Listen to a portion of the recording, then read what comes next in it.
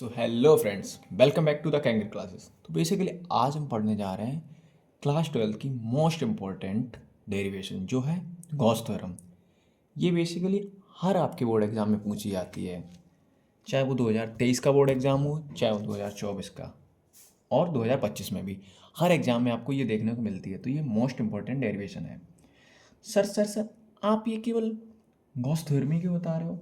क्योंकि Gauss theorem हर exam में आती है। ओके, तो हम पढ़ते हैं इसका स्टेटमेंट। सबसे पहले इसका स्टेटमेंट बोलता है कि the total electric flux through a close surface is equal to net charge enclosed by the surface divide by epsilon zero. यानी कि किसी भी बंद पृष्ठ से होकर किसी भी, ये हमने डायग्राम बनाया इससे आपको समझ में आएगा इजीली। ओके, किसी भी बंद पृष्ठ से होकर गुजरने वाला वैद्युत फ्लक्स उसके कुल आवेश का 1/एप्सिलॉन गुना होता है। ठीक है, ये इसका बेसिकली सिंपल सी डेफिनेशन होती है। अगर आपको इसका फॉर्मूला याद है तो आप इसकी सिंपल सी डेरिवेशन बना सकते हो।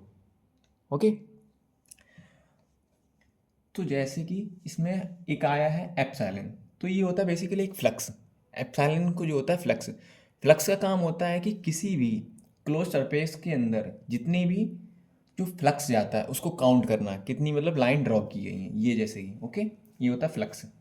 अब आ जाते हैं हम इसकी डेरिवेशन पे, मतलब इसको ये फॉर्मूला जो ड्राइव किया ये कहाँ से आया है। ओके, तो डेरिवेशन जब हम करते हैं तो अकॉर्डिंग टू इलेक्ट्रिक फ्लक्स से हमको पता चलता है कि जो एप्सिलॉन होता है वो vector E into vector D A, जो कि बेसिकली वेक्टर ई यहाँ पर होता है, ये होता है इलेक्ट्रिक चार्ज, और जो वेक्टर ए होता है ये होता है एरिया। ओके, तो हमने जो पीछे क्लास में कूलॉम्स लॉ में पढ़ा था कि जो हमारा इलेक्ट्रिक फील्ड है, अगर किसी भी पॉइंट के लिए हम लगा रहे हैं इलेक्ट्रिक फील्ड, ओके, तो वहाँ पर जो ई बराबर हो जाएगा 1/4 pi into Q upon R square हो जाएगा। ओके, तो ये ए की वैल्यू ई है, ई मतलब जब है हम इसका इंटीग्रेशन करेंगे तो ई तो कांस्टेंट हो जाएगी।